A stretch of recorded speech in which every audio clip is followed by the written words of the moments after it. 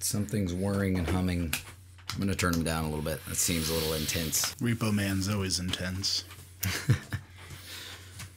Yet another reference Jesse won't get. I will by the end of this podcast. Maybe. The end being episode 100.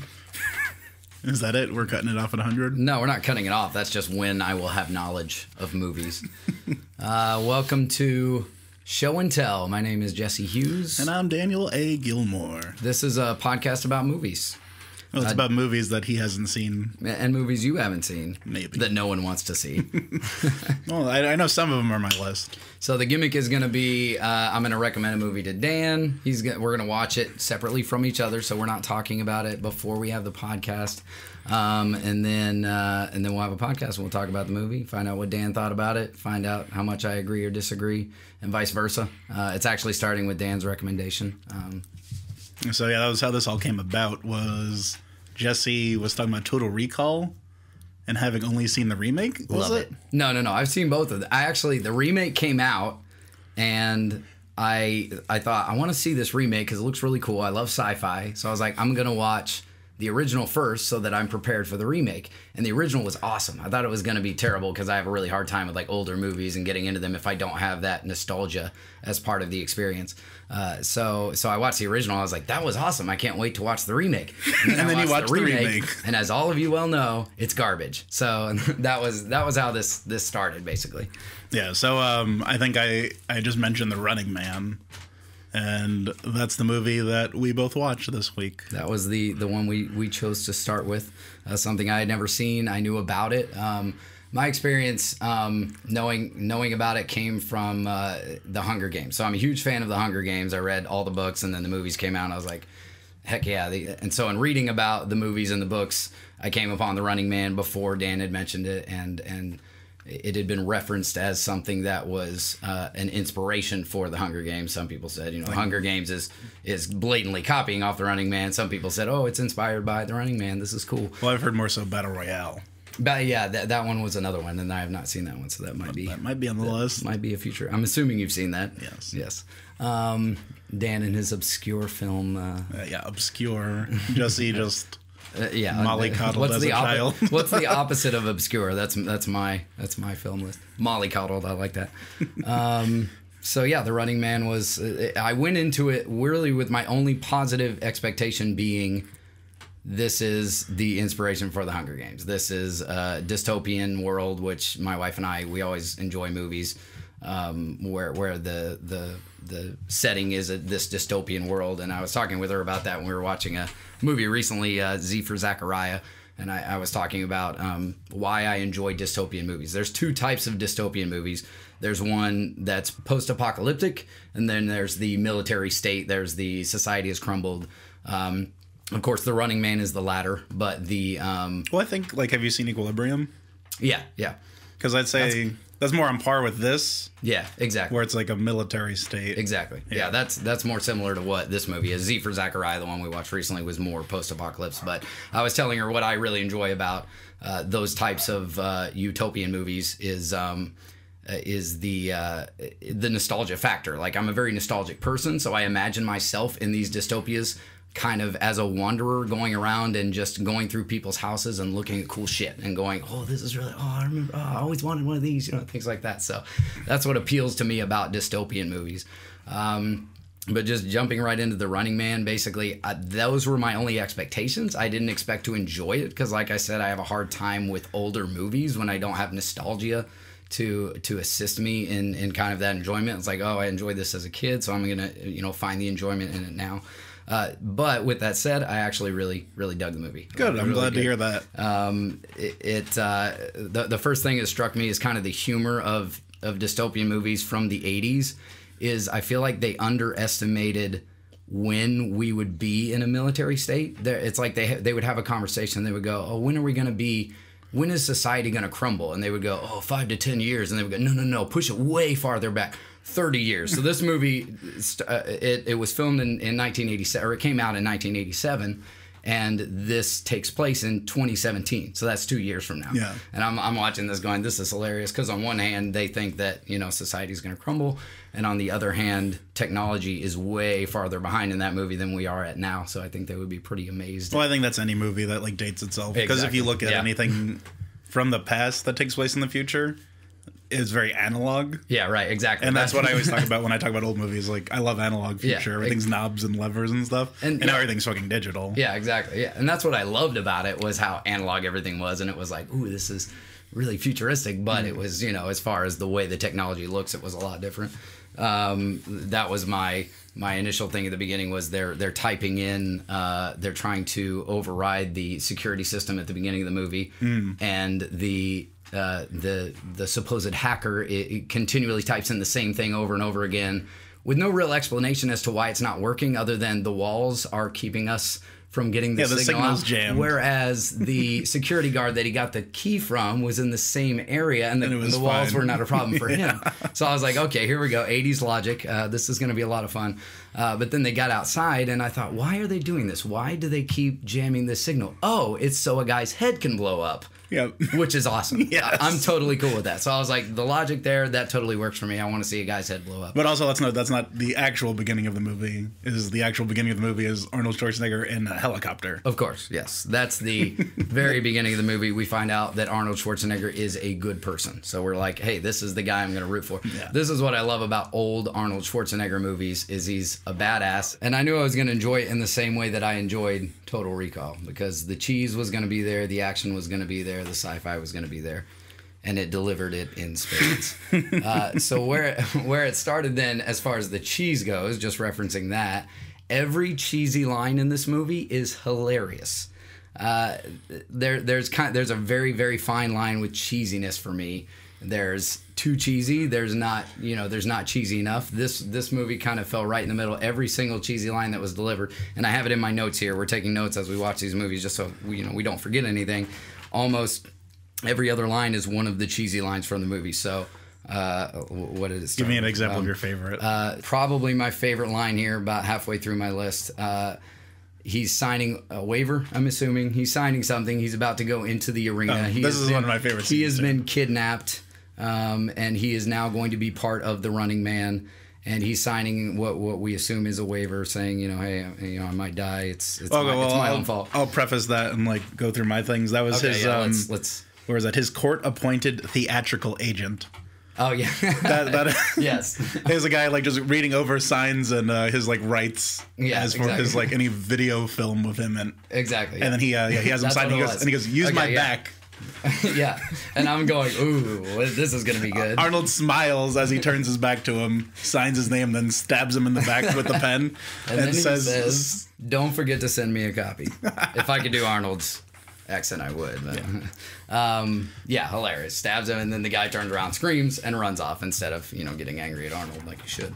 And we've been jumping around a little bit. Once he escapes, and the resistance and everything, he goes back to, I guess it's his apartment.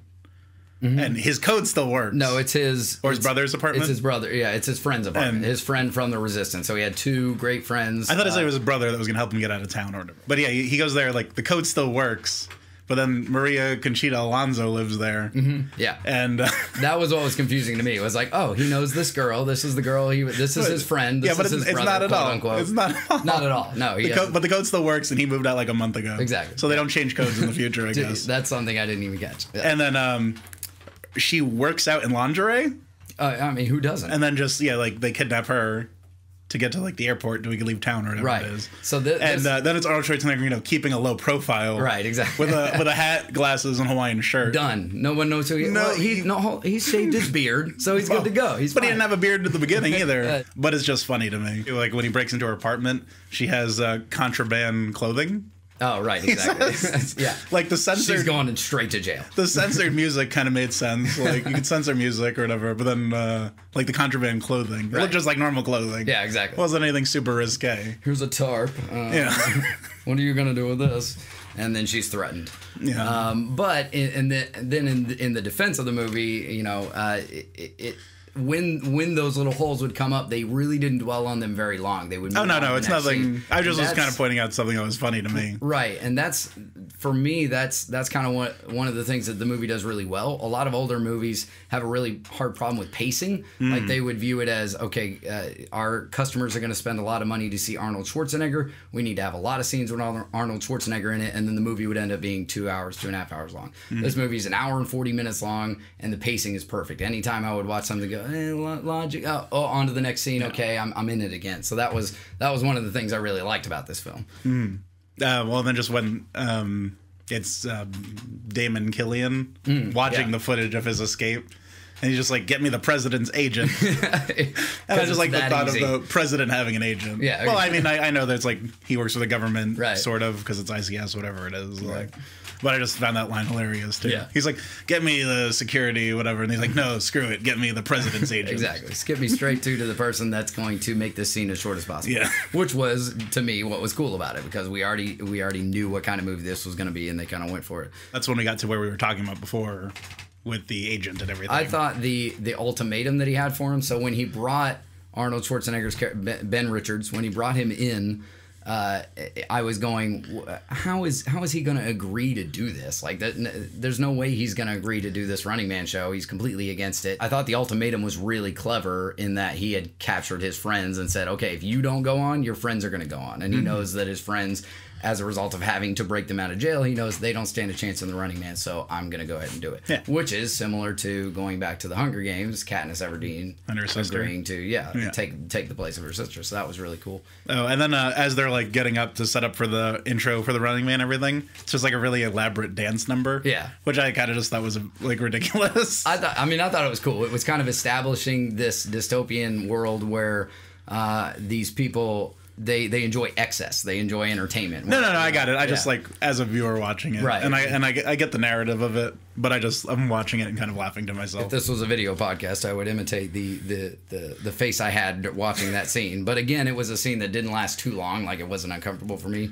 And then based on that scene, and then the opening of the game show and all of the double crosses. So this is the point, the beginning of the game show where Ben Richards is going to be introduced. This is the point where we find out why he's considered the butcher, why he's being framed, because they've simply edited the video footage to make him look like the bad guy. And at that point I went, this is a really great villain, because he knows no bounds. He has charisma in front of people, and he, behind the scenes, is willing to do what's necessary to make the people happy. That's a really great villain, because he's relatable. You can understand him. You can believe that he would exist in 2017 or 2015. And well, like Killian Yessa's being, he knows what's going on behind the scenes, but he's not the one that edited the footage of Ben Richards. Well, true. If somebody else did that on ICS or through the government. He's the one presenting it and making it believable. But he did at the beginning. He didn't really know who he was, because he's like, "Who's that?" And he's like, "Oh, that's the butcher of whatever it was." Right. Okay. Yeah. Well, that's true. Yeah. But just him as someone who can present that. Oh, no. Yes, I know what you're saying. Yes, he is an excellent villain. Yeah. I thought that was really great. And then, of course, the beginning of the episode, right before they send Arnold Schwarzenegger, Ben Richards, down into the game. He says, "I'll be back," of course. Which that's on my notes as well. Cheesiest line in the movie, but perfect placement. And then it's really cheesy, but then the follow-up is what makes it. The follow-up is what, okay, this line belongs in this movie. Where he says in reruns? Only in a rerun. Yeah, maybe. Yeah, I loved that. I cracked out. Which was a great rebuttal. Justification for the "I'll be back" line. But I was like, I need to hear this in every Arnold Schwarzenegger movie. Is it in every Arnold? Just about. Yeah, it seems that way. I think we should kind of bring that back and put it into popular. Just like Kate Winslet every time, just like "I'll Never Let Go" or something like that. Yeah, exactly. I don't even know. Bring it in that's a good example. It's better than I am. Just like before we actually jump into the actual Running Man bit, when they're still doing the intro, Maria Conchita Alonso with her friend, they're grabbing a drink, and it's $6 for a soda. Oh yeah. But it only takes quarters. Yeah, exactly. That's pretty reminiscent of where we are now, except for the quarters thing. But I still found that pretty hilarious. Yeah. So I was like, there's on par, like, it's not quite $6 yet. And then, unless you were like in a movie theater or something. Based on what I was seeing, they were about a quarter away from getting that drink, and then Amber gave up. She was just like, I can't have that drink with you. And I was like, you're getting a soda out of the vending machine. Yeah. You're not. She's like, I got some other stuff. I got to go nose around now because I know Ben Richards is innocent. Exactly. I don't think I've ever gotten a soda out of a vending machine that I've shared with somebody else. Well, it's $6. Touche.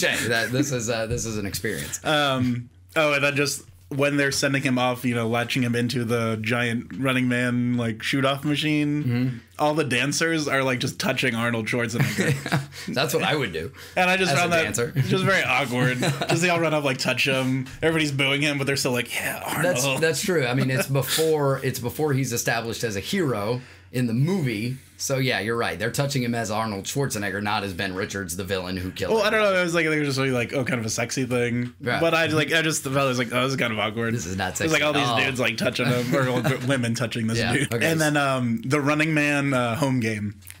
Yes, they reference that a few times. I want to know about it, and I want to know what that is. I want to play it. We as players of board games, we are very curious about the Running Man board game. Yes, and so that was in my notes, and I need to know what that was. I'm wondering if it was a distraction tactic. Was it like, okay, this person who's up front watching the screen, they might notice what's going on. Let's hand them a bunch of gifts. So from there, going into the game, now I'll kind of throw a blanket over the whole second half of the movie and say I thought like the setup was better than usual for an older movie, but the payoff, the latter half of the movie, I felt like could have been better. I felt it was like kind of rushed, I guess. Yeah, it feels rushed, and it's very samey. It's like, here's a villain.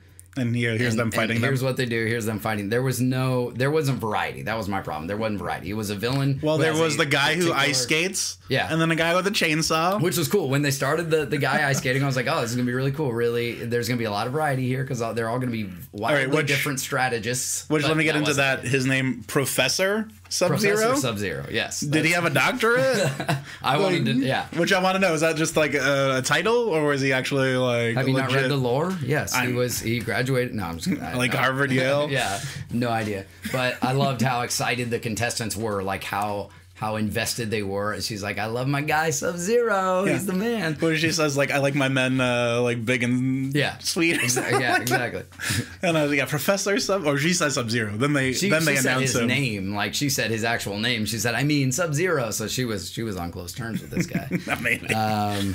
But yeah, like jumping into a hockey arena at the beginning of the game show, I was like, oh, this is going to be really legit. But then, as they introduce characters, it's all, okay, this guy electrocutes shit. Well, and then, but just getting into the Sub-Zero scene, there is at least one really bad cut in that scene.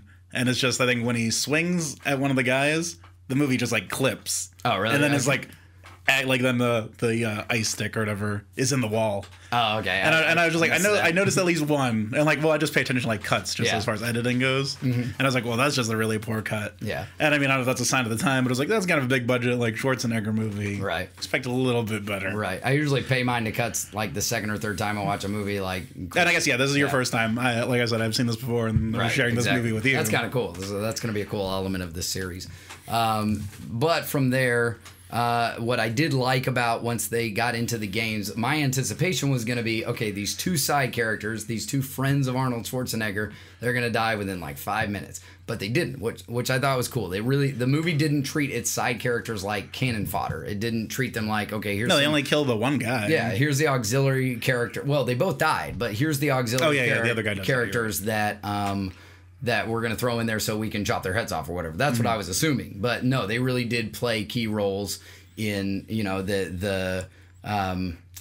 what's his name? I can't remember. I can't remember their names, and I just watched it. We both just watched it this morning. The black dude. He sacrifices himself sort of for Arnold Schwarzenegger. He was kind of there, and Arnold wasn't, but he sacrifices himself, and then he tells Arnold, you've got to get Amber to the end because she has the code.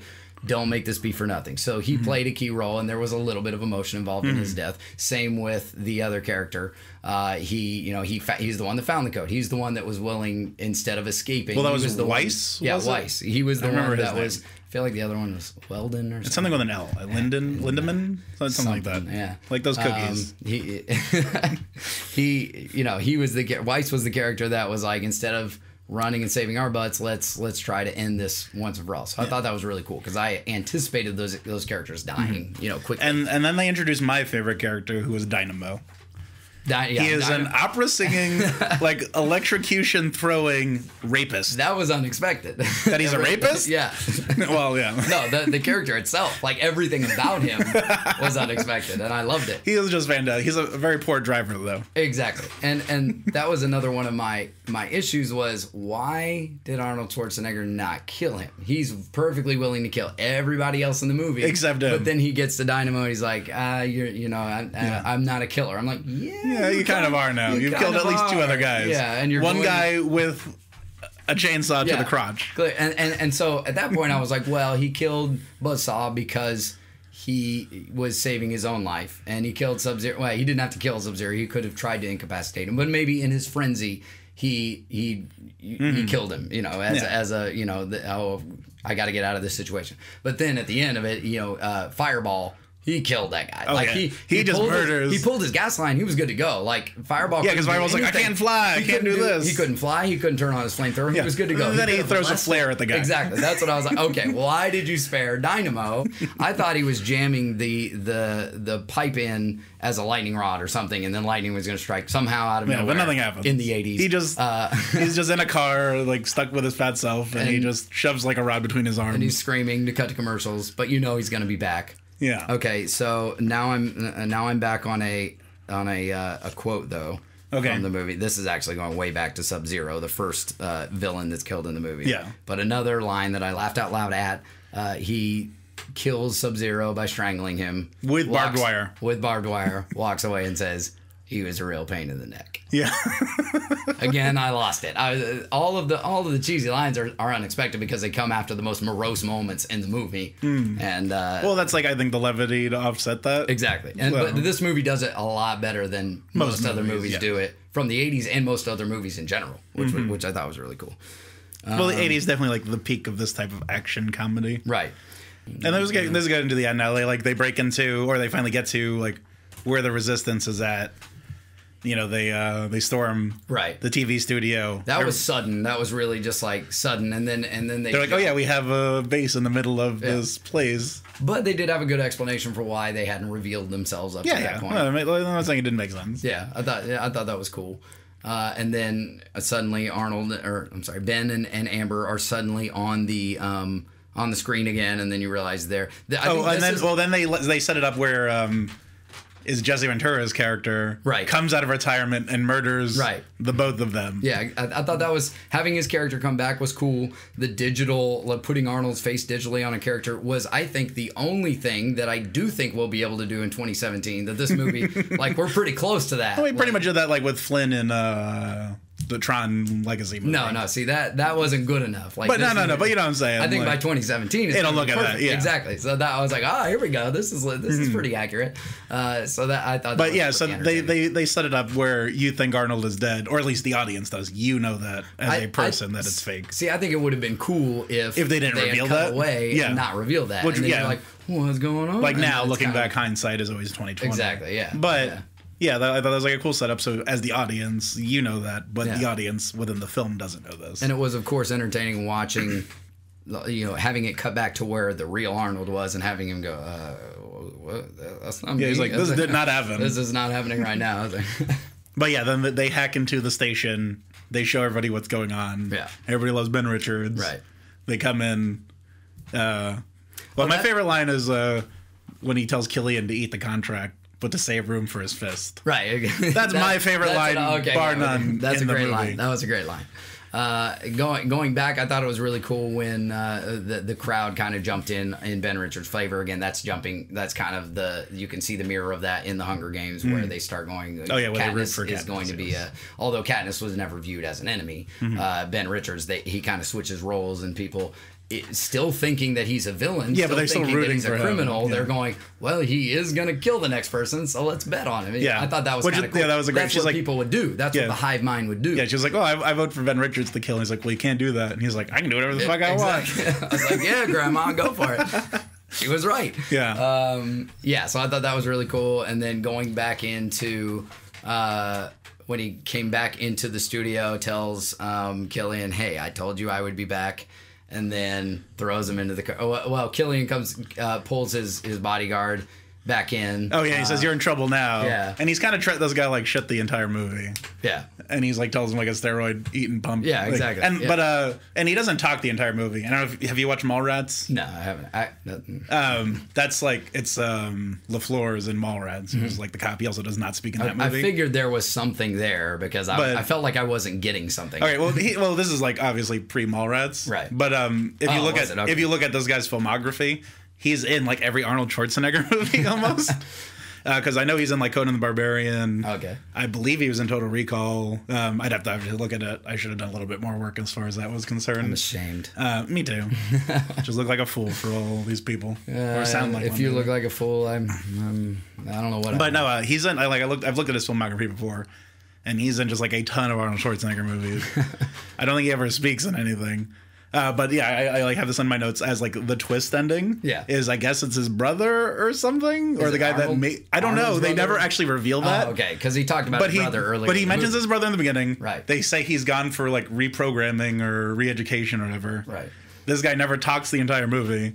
And then when he talks, he has an Austrian accent. Yeah, see, that was the thing. I was like, well, who is this guy? Yeah, so I was like, I don't know if that's, they never explained that. I don't know if that's his brother or he's just like, well, I'm sick of your crap, Killian. I also just happen to have an Austrian accent. Yeah, exactly. He delivers his line and he walks off. So it's kind of this. He's like, I'm going to get some more steroids. Yeah, exactly. Yeah. So I thought that was funny because at that point I was going, please, not another fight. Like Arnold redeemed himself. We're all good. Not another fight, and then the guy walks off. That was hilarious. Kind of like the Indiana Jones scene where he just shoots a guy, and then they just shoot Killian out of that thing. Shoots Killian, and then shoots him through the sign, and then one last cheesy line that hit the spot. And again, I laughed out loud. Every cheesy line just hit me in this movie, and then.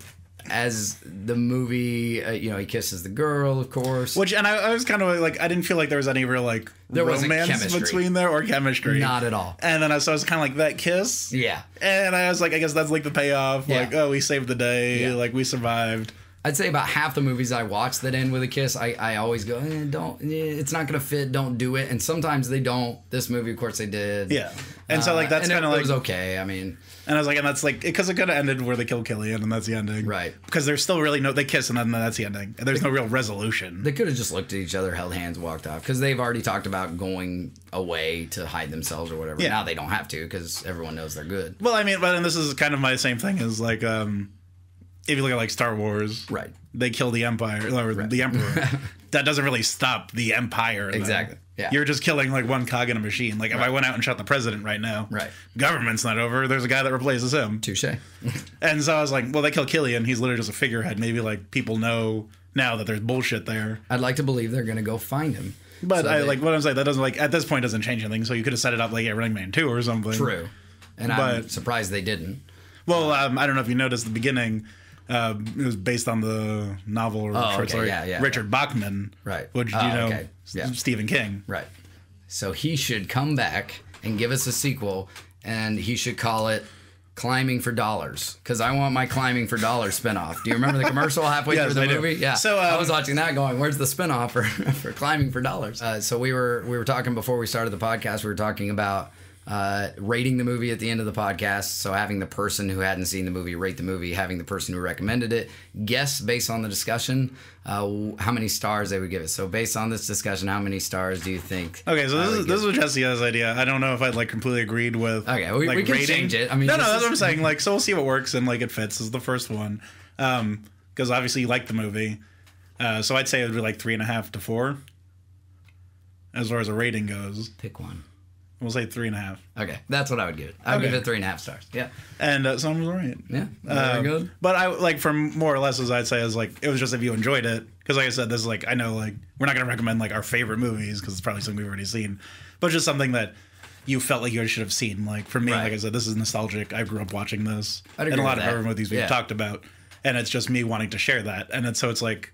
Where would you recommend that somebody watch this? And obviously, if you're giving it a 3.5. Well, that's why I like bringing the ratings up at the end, because that's not the point, but it's kind of a fun thing to think. No. And I'm not saying like we couldn't do that. I'm just saying like it's more like for me, it's like just would you recommend this to somebody? Okay, yeah. And so and I'm saying obviously if you're giving it a 3.5, yes, you would recommend that. I absolutely would. Okay, so for our next episode, we still haven't worked out the time frame of how often we're going to do this, but our next episode, I'm going to recommend a movie to Dan. The movie I'm going to recommend is called Stay. So if you're listening, feel free to watch the movie. movie before we have our next episode, and so you can kind of feel like a part of our discussion.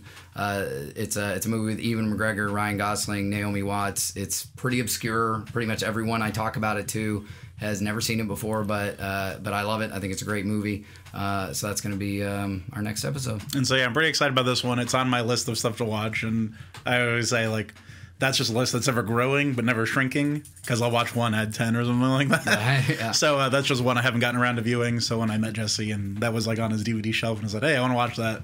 And that was, again, like part of that discussion of us finally doing this. That led to this moment. Yeah. So I'm pretty excited to see where this goes. Hopefully you guys can listen again if you have listened the first time. All right. Yeah, I'd agree. Thank you for listening to Show and Tell. I'm Jesse Hughes. And Dan Gilmore. Thank you.